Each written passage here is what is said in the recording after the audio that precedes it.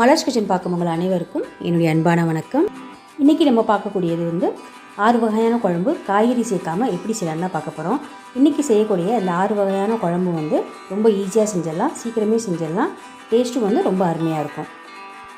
So வாங்க இந்த காய்கறி சேர்க்காமல் 6 வகையான குழம்பு எப்படி செய்யலாம்னு ஒன்று ஒன்றா பார்க்கலாம். முதல்ல நம்ம செய்ய போகிறது பருப்பு குழம்பு. இதை இப்போ எப்படி செய்யுதுன்னு பார்க்கலாம் வாங்க. குக்கரில் ஒரு அரை கப் அளவுக்கு துவரம்பருப்பு சேர்க்குறேன். முதல்ல இதை தண்ணி ஊற்றி நல்லா முதல்ல வாஷ் பண்ணிக்கலாம். வாஷ் பண்ணி தண்ணியை கீழே ஊற்றிட்டு இப்போ வேக வைக்கிறதுக்கு ஒரு 2.5 கப் அளவுக்கு தண்ணி சேர்க்குறேன்.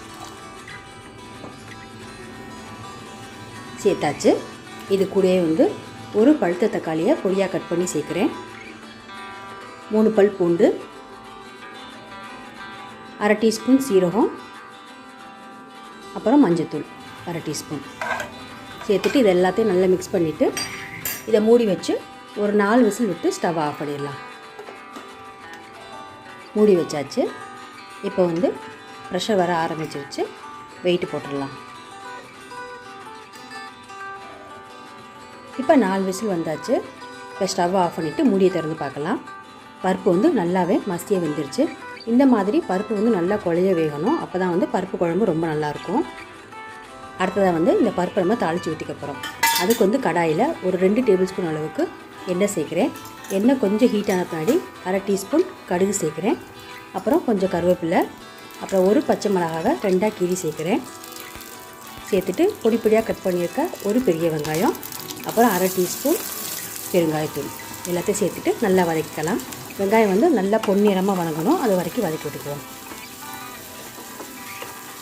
வெங்காயம் நல்லா பொன்னிறமாக வதங்கின பின்னாடி வேக வச்சுருக்க பருப்பை இதில் சேர்த்துக்கலாம். சேர்த்துட்டு இது கூடவே 1 கப் அளவுக்கு தண்ணி சேர்க்குறேன். அப்புறம் பருப்பு குழம்புக்கு தேவையான அளவு உப்பையும் சேர்த்துட்டு இதை நல்லா மிக்ஸ் பண்ணிவிட்டு இதை ஒரு 3லேருந்து 4 நிமிஷம் நல்லா கொதிக்க விட்டுறலாம். இப்போ நல்லா பருப்பு குழம்பு கொதிக்க ஆரம்பிச்சிருச்சு. இப்போ ஸ்டவ் ஆஃப் பண்ணிடலாம். லாஸ்ட்டாக கட் பண்ணி வச்சுருக்க கொத்தமல்லி இலைகளை மேலே தூவிடலாம். சூப்பரான பருப்பு குழம்பு ரெடி ஆயிடுச்சு. ஸோ காய்கறி சேர்க்காமல் செய்யக்கூடிய ஒரு சூப்பரான பருப்பு குழம்பு இது சாதத்துக்கும் நல்லாயிருக்கும், சப்பாத்திக்கும் ரொம்ப நல்லாயிருக்கும். இப்போது பருப்பு குழம்பு ரெடி ஆயிடுச்சு. அடுத்ததாக நம்ம பார்க்கக்கூடியது அரைச்சி வச்ச சின்ன வெங்காய குழம்பு எப்படி செய்யுதுன்னு பார்க்கலாம் வாங்க. வெங்காய குழம்பு பண்ணுறதுக்கு ஒரு பெரிய நெல்லிக்காய் சைஸ் அளவு புளியை தண்ணியில் முதல்ல ஊற வச்சுக்கலாம். அடுத்ததாக மிக்சி ஜாரில் ஒரு 10 சின்ன வெங்காயத்தை சேர்க்குறேன். அரை டீஸ்பூன் சீரகம் சேர்க்குறேன். அப்புறம் குழம்பு மிளகாய் தூள் ஒரு 3 டீஸ்பூன் சேர்க்குறேன். எல்லாத்தையும் சேர்த்துட்டு இதில் கொஞ்சமாக தண்ணி சேர்த்து இதை நல்லா பேஸ்ட்டாக அரைச்சிக்குவோம். அரைச்சாச்சு. இதை இப்போ தனியாக ஒரு பவுலில் மாற்றி வச்சிடலாம். பவுலில் சேர்த்துட்டு மிக்சி ஜாரில் கொஞ்சமாக தண்ணி கலந்து இதில் சேர்த்துட்டு ஆல்ரெடி ஊற வச்சுருக்க புளியை நல்லா ஃபில்ட்ரு பண்ணிவிட்டு இதில் சேர்த்துக்கலாம். அப்புறம் அரை கப் அளவுக்கு தண்ணி கொஞ்சம் எக்ஸ்ட்ரா சேர்க்குறேன். ஆச்சு. இதில் அரை டீஸ்பூன் மஞ்சத்தூள், அப்புறம் குழம்புக்கு தேவையான அளவு உப்பு, அப்புறம் 3 பல் பூண்டை தட்டி சேர்க்குறேன். சேர்த்துட்டு எல்லாத்தையும் மிக்ஸ் பண்ணிவிட்டு இது இருக்கட்டும். இப்போ ஸ்டவ்வை ஆன் பண்ணி இந்த குழம்பு நம்ம கொதிக்க வச்சிடலாம். அதுக்கு கடாயில் ஒரு 2 டேபிள் ஸ்பூன் அளவுக்கு எண்ணெய் சேர்த்துக்கணும். எண்ணெய் கொஞ்சம் ஹீட்டான பின்னாடி அரை டீஸ்பூன் கடுகு, அரை டீஸ்பூன் வெந்தயம், அப்புறம் கொஞ்சம் கருவேப்பிலை சேர்த்து நல்லா வெடிக்கட்டும். அப்புறமா 20 சின்ன வெங்காயத்தை பொடி பொடியாக கட் பண்ணியிருக்கேன், இதை சேர்த்துக்கணும். இது கூடவே அரை டீஸ்பூன் பெருங்காயத்தூள் சேர்க்குறேன். எல்லாத்தையும் சேர்த்து நல்லா வதக்கலாம். வெங்காயம் பொன்னிறமாக வதங்கணும், அது வரைக்கும் வதக்கலாம். வெங்காயம் நல்லா வதங்கி பொன்னிறமாக ஆன பின்னாடி இதில் ஒரு தக்காளி பழத்தை கட் பண்ணி சேர்க்குறேன். சேர்த்து தக்காளி நல்லா மசிய வதக்கலாம். இப்போ வெங்காயம் தக்காளி நல்லாவே வதங்கிடுச்சு. இப்போ நம்ம ஆல்ரெடி அரைச்சி ரெடி பண்ணி வச்சுருக்க அந்த குழம்பு தண்ணீரை இதில் சேர்த்துக்கலாம். எல்லாத்தையும் சேர்த்தாச்சு. சேர்த்துட்டு இதை நல்லா மிக்ஸ் பண்ணிவிட்டு குழம்பு நல்லா கொதித்து திக்காக வரட்டும். இதை ஸ்டவ்வை சிம்லே போட்டு ஒரு 15லேருந்து 20 நிமிஷம் இதை குழம்பு கொதிக்க விட்டுருங்க. இப்போ பாருங்கள் வெங்காய குழம்பு வந்து நல்லாவே கொதித்து திக்காக வர ஆரம்பிச்சிருச்சு. நம்ம ஊற்றுற எண்ணெயெல்லாம் வந்து அப்படியே மேலே பிரிஞ்சு வர ஆரம்பிச்சிருச்சு. ஸோ சூப்பரான வெங்காய குழம்பு ரெடி ஆயிடுச்சு. கொத்தமல்லி இலைகளை மேலே தூவிட்டு இப்போ குழம்பு இறக்கிடலாம். ஸோ சூப்பரான காய்கறி சேர்க்காமல் செய்யக்கூடிய வெங்காய குழம்பு ரெடி ஆயிடுச்சு. அடுத்ததாக வந்து மூணாவதாக நம்ம பார்க்கக்கூடியது வந்து மசால் வடை குழம்பு. இந்த குழம்பு வந்து காய்கறியை சேர்க்காமல் செய்யக்கூடிய ஒரு சூப்பரான நல்ல சிம்பிளான குழம்பு இது. வாங்க இந்த சூப்பரான மசால் வடை குழம்பு எப்படி செய்யுதுன்னு பார்க்கலாம். மசால் வடை குழம்பு பண்ணுறதுக்கு அரை கப் அளவுக்கு கடலைப்பருப்பு எடுத்து தண்ணியில் 2-3 தடவை வாஷ் பண்ணிவிட்டு ஊற வச்சுருக்கேன். இது வந்து ஒரு அரை மணி நேரம் ஊற வச்சுருக்கேன். இப்போ வந்து நல்லாவே அரை மணி நேரம் கடலைப்பருப்பு ஊறிடுச்சு. அதனால் தண்ணியை வந்து நல்லா ஃபில்ட்ரு பண்ணிவிட்டு இப்போ மிக்ஸி ஜாரில் சேர்த்து அரைச்சிக்கலாம். மிக்ஸி ஜாரில் எல்லா கடலைப்பருப்பையும் நல்லா தண்ணியை வடிகட்டிட்டு சேர்த்துக்கலாம். இது கூடவே காரத்துக்கு 2 பச்சை மிளகாய், ஒரு சின்ன துண்டு இஞ்சி, 1 டீஸ்பூன் சோம்பு, தேவையான அளவு உப்பு சேர்த்துட்டு இதை வந்து தண்ணி ஊற்றாமல் நல்லா மசாலா வடை எப்படி அரைப்போமோ அந்த பதத்துக்கு அரைச்சி எடுத்துக்கலாம். அரைச்சாச்சு. அரைச்சதை வந்து இப்போ தனியாக ஒரு பவுலில் சேர்த்தாச்சு. இது கூடவே வந்து பொடி பொடியாக கட் பண்ணி வச்சுருக்க 2 பெரிய வெங்காயத்தை சேர்க்குறேன். இதோட கொஞ்சம் கொத்தமல்லி இலைகள், அப்புறமா கருவேப்பிலை இலைகள் எல்லாத்தையும் சேர்த்துட்டு நல்லா எல்லாத்தையும் மிக்ஸ் பண்ணிக்கணும். மிக்ஸ் பண்ணிவிட்டு இதில் வந்து ஒரு சின்ன உருண்டைகளாக எடுத்துகிட்டு கையில் வந்து வடைகளாக தட்டி எடுத்துக்கலாம். தட்டிய வடைகள் எல்லாத்தையுமே வந்து ஒரு பிளேட்டில் இது மாதிரி வச்சிடலாம். அரை கப் கடலைப்பருப்பு எடுத்திருக்கேன். இதில் வந்து சின்ன வடையாக வந்து ஒரு 10 வடை வந்திருக்கு. இப்போ வந்து வடைகளாக தட்டி எடுத்தாச்சு. இதை வந்து பொரித்து எடுத்துக்கலாம். அதுக்கு வந்து எண்ணெய் கொஞ்சம் ஹீட்டான பின்னாடி இதில் தட்டி வச்சுருக்க வடையெல்லாம் சேர்த்துட்டு 2 பக்கமும் வந்து நல்லா பொன்னிறமாக வரணும். அது வரைக்கும் இதை பொரித்து எடுத்துக்குவோம். இந்த பக்கம் நல்லா செவக்க வந்துருச்சு. அதனால் மெதுவாக திருப்பி போட்டுடலாம். எல்லாத்தையும் திருப்பி போட்டாச்சு. இதே மாதிரி இந்த பக்கமும் நல்லா செவந்து வரட்டும். இப்போ வந்து நல்ல வடை செவந்து வந்துருச்சு. இதை வந்து தனியாக வந்து பிளேட்டில் எடுத்து வச்சிடலாம். இதே மாதிரி தட்டி வச்சுருக்க மீதம் இருக்கிற எல்லா வடையும் எண்ணெயில் போட்டு பொரிச்சிடலாம். இந்த பக்கம் வந்து பொன்னிறமாக வந்த பின்னாடி மெதுவாக வடைகளை திருப்பி போட்டு அதே மாதிரி இந்த பக்கமும் நல்லா பொன்னிறமாக வந்து வேகட்டும். இதை வந்து தனியாக ஒரு பிளேட்டில் மாற்றி வச்சிடலாம். இப்போ அதே கடாயில் 1 டீஸ்பூன் சோம்பு சேர்க்குறேன். அப்புறம் கொஞ்சம் கருவேப்பிலை சேர்த்து நல்லா வெடிச்ச பின்னாடி ஒரு பெரிய வெங்காயத்தை பொடியாக கட் பண்ணியிருக்கேன். இதை சேர்த்துக்கணும். சேர்த்து இதை நல்லா வதக்கி விட்டுக்கலாம். வெங்காயம் வந்து நல்லா வதங்கின பின்னாடி இதில் வந்து பொடி பொடியாக கட் பண்ணி வச்சுருக்க ஒரு தக்காளி பழத்தை சேர்த்துக்கணும். சேர்த்து வெங்காயம் தக்காளி நல்லா வதக்கி விட்டுக்கலாம். வதங்கிருச்சு. இப்போ அரை டீஸ்பூன் மஞ்சத்தூள், மிளகாய்த்தூள் வந்து 2 டீஸ்பூன் சேர்க்குறேன். அப்புறம் கொஞ்சம் தேவையான அளவு உப்பு எல்லாத்தையும் சேர்த்துட்டு நல்லா இந்த எண்ணெயிலே போட்டு வதக்கலாம். மிளகாய்த்தூளோட பச்சை வாசனைலாம் போகணும். அது வரைக்கும் வந்து இதை ஸ்டவ்வை வந்து சிம்லேயே வச்சு ஒரு 2-3 நிமிஷம் நல்லா வதக்கலாம். நல்லா வதக்கியாச்சு. இப்போ வந்து ஊற வச்சுருக்க புளி தண்ணியை சேர்த்துக்கலாம். இது வந்து ஒரு நெல்லிக்காய் சைஸ் அளவு புளி எடுத்து தண்ணியில் ஊற வச்சுருக்கேன். இதை நல்லா ஃபில்ட்ரு பண்ணி சேர்த்துட்டு இது கூடவே அரை கப் அளவுக்கு தண்ணியை சேர்த்துட்டு நல்லா மிக்ஸ் பண்ணிவிட்டு குழம்பு வந்து நல்லா கொதித்து கெட்டியாக வரட்டும்.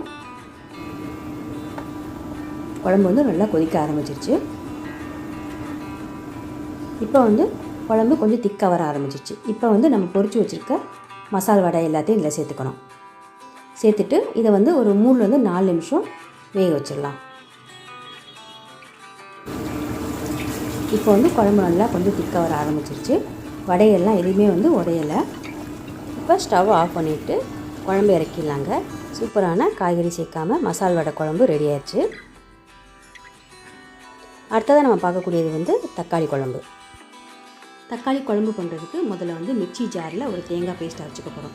அதுக்கு வந்து மிக்ஸி ஜாரில் அரை கப் அளவுக்கு துருவிய தேங்காய் சேர்க்குறேன். இதோட 1 டேபிள் ஸ்பூன் பொட்டுக்கடலை சேர்க்குறேன். 1 டீஸ்பூன் சோம்பு, அப்புறம் கொஞ்சமாக தண்ணி சேர்த்து இதை வந்து நல்லா பேஸ்ட்டாக அரைச்சிக்கலாம். தேங்காய் வந்து நல்லா பேஸ்ட்டாக அரைச்சாச்சு. இப்போ வந்து குழம்பு பண்ண ஆரம்பிச்சிடலாம். கடாய் சூடான பின்னாடி ஒரு 2 டேபிள் ஸ்பூன் அளவுக்கு எண்ணெய் சேர்க்குறேன். எண்ணெய் கொஞ்சம் ஹீட்டான பின்னாடி 1 டீஸ்பூன் சோம்பு, கொஞ்சம் கருவேப்பிலை சேர்த்து எல்லாம் நல்லா வெடிக்கட்டும். வெடிச்ச பின்னாடி பொடி பொடியாக கட் பண்ணி வச்சுருக்க ஒரு 10 பல் பூண்டை சேர்க்குறேன். ஒரு பச்சை மிளகாய் 2 கீரி சேர்க்குறேன். எல்லாத்தையும் சேர்த்து பூண்டு வந்து கொஞ்சம் வாசனை வர வரைக்கும் வதக்கலாம்.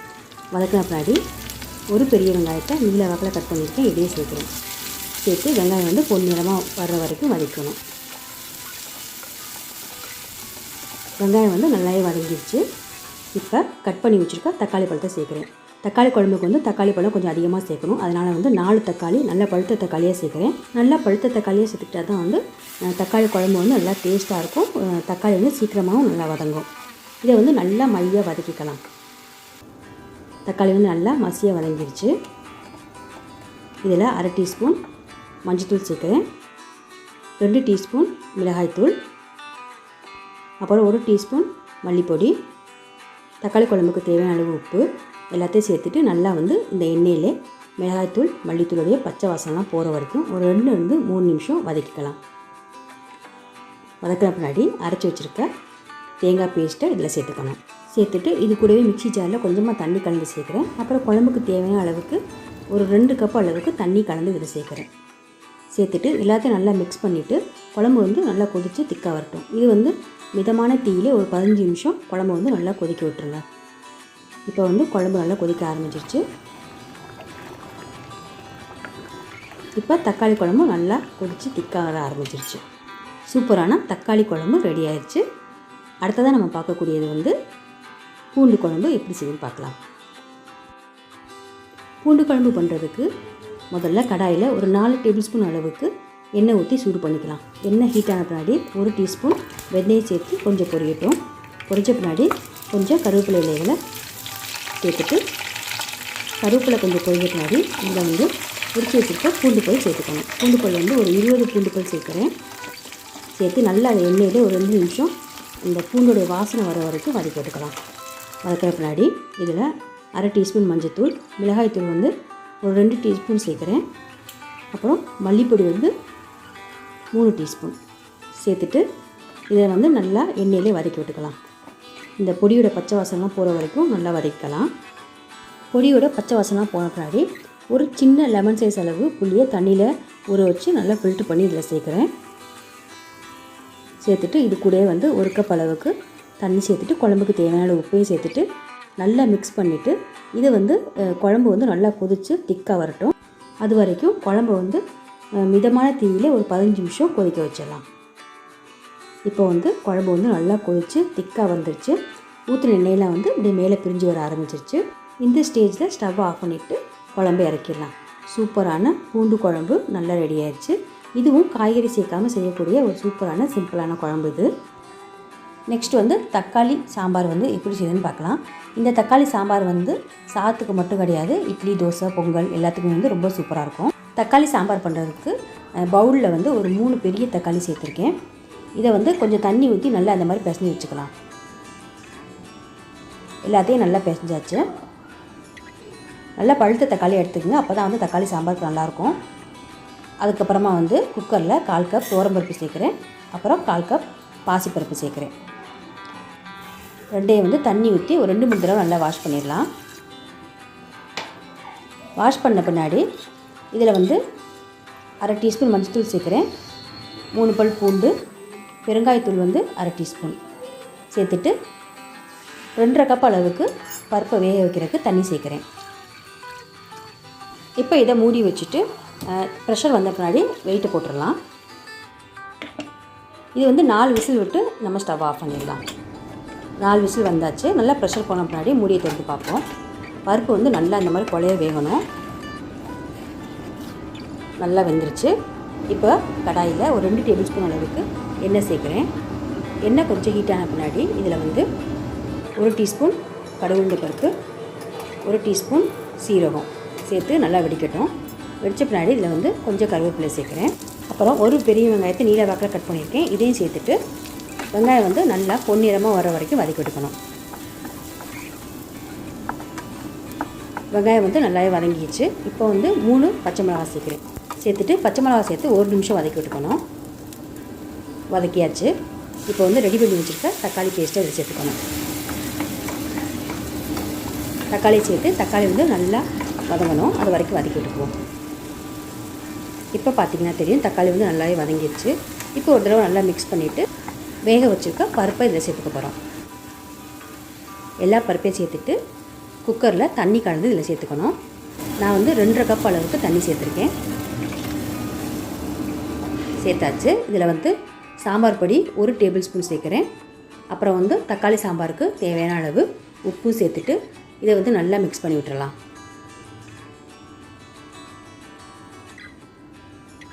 எல்லாத்தையும் நல்லா மிக்ஸ் பண்ணியாச்சு. இப்போ வந்து இதை மூடி வச்சு ஒரு 5 நிமிஷம் நல்லா கொதிக்கட்டும்.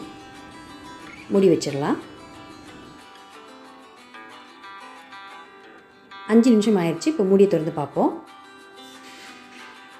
தக்காளி சாம்பார் வந்து நல்லாவே கொதிச்சு கொஞ்சம் திக்காக வந்துருச்சு. இப்போ ஒரு தடவை நல்லா கலந்து விட்டுட்டு கட் பண்ணி வச்சுருக்க கொத்தமல்லி இலைகளை மேலே தூவி வச்சு ஸ்டவ் ஆஃப் பண்ணிடலாம். சூப்பரான தக்காளி சாம்பார் ரெடி ஆயிடுச்சு. இது வந்து சாதத்துக்கும் இந்த தக்காளி சாம்பார் ரொம்ப நல்லாயிருக்கும்.